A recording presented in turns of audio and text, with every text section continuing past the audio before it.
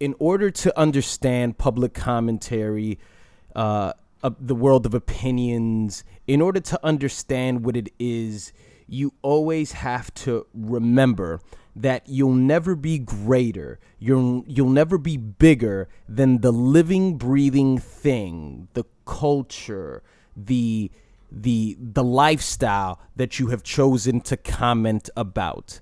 We talk about music, we talk about movies, we talk about politics because it's a mark of respect for music, movies, and politics. And the subjects in which we talk about are simply just vehicles that just so happen to be occupying these slots at this particular time. It would be no different than 20 years ago if I had opinions about Eazy-E, if I had opinions about Public Enemy, about, maybe not 20 years ago. I probably should go a little bit farther back, but you understand what I mean. The artists that understand this are the ones that are locked into it the most, because they understand that when you are being spoken about, it's not speaking about you necessarily, but it's speaking about you in your relation to this living, breathing thing that we love so much, that we contribute to. There was this absolutely fascinating show that I would watch as a child, and it was called The Sports Reporters. The Sports Reporters was a show that came on ESPN Sunday mornings at 9:30. And it was always done by 4 columnists, 4 journalists, whatever you'd like to call them, commentators, pundits. It was hosted by Dick Schaap. Dick Schaap was an absolutely extraordinary host, just the way he would just delegate and sort of maneuver the conversation and distribute words here and there. It's your turn. Just the way he would mediate was great. What you got on this show were different personalities and different perspectives, but what they all had in common was that they all loved this living, breathing thing that was sports. They were very witty. Obviously, you're within a circle of writers, so what they're really doing is they're trying to outwit each other or be cuter than the other one. And because of that, you got some really good material. But you would watch that every Sunday morning at 9:30 a.m. with the progressive realization that sports is something that should be spoken about. It is worth being spoken about. During the football season, games, back then at least, were played Sunday, Monday nights, and you wait till the very next Sunday afternoon for games. Obviously, this time it's a lot different these days. You have Thursday night games. Sometimes you have Saturday night games, but normally you have 3 nights of football a week. So the conversation had to be that much more greater. It had to be that much more flavorful in order to carry out into that from that Monday night to that very next Sunday afternoon. And that's what they did. That's the flow of conversation. That is the need for commentary. That is the need for criticism. It all throws everything into the pot of this living, breathing thing that I've been speaking about. Ronda Rousey recently lost her second consecutive fight to Amanda Nunes. Of course, some of you guys, if you've been tapped into the whole UFC, to the MMA world, you remember that she lost last year to Holly Holm. Now, before this fight, she had a media blackout policy, which means she didn't do any promotion. She didn't speak to any, she didn't do any interviews.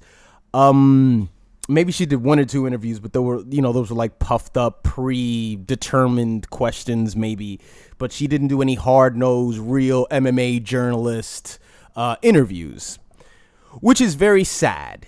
And I think this was probably her biggest fail of the whole situation. And you could probably argue that this was part of the reason why she was in such a shock when she got into the ring.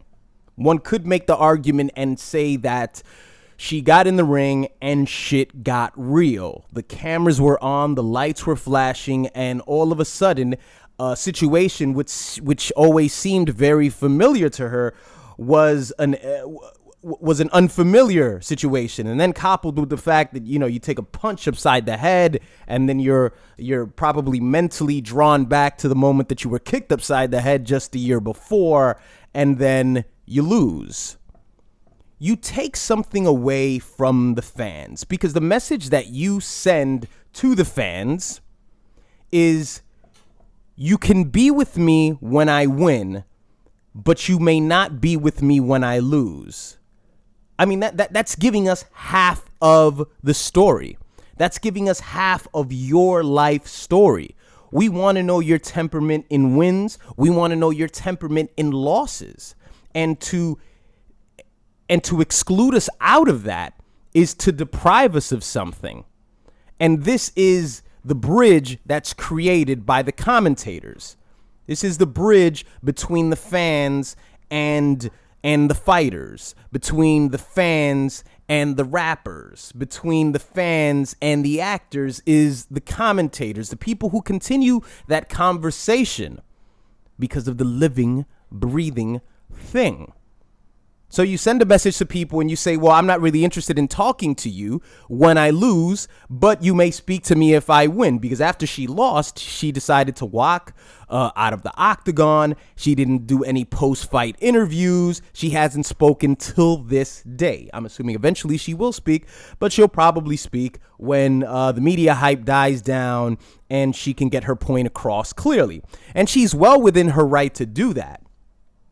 But at the same time, what has to be remembered is that the media were the people who built you into this thing.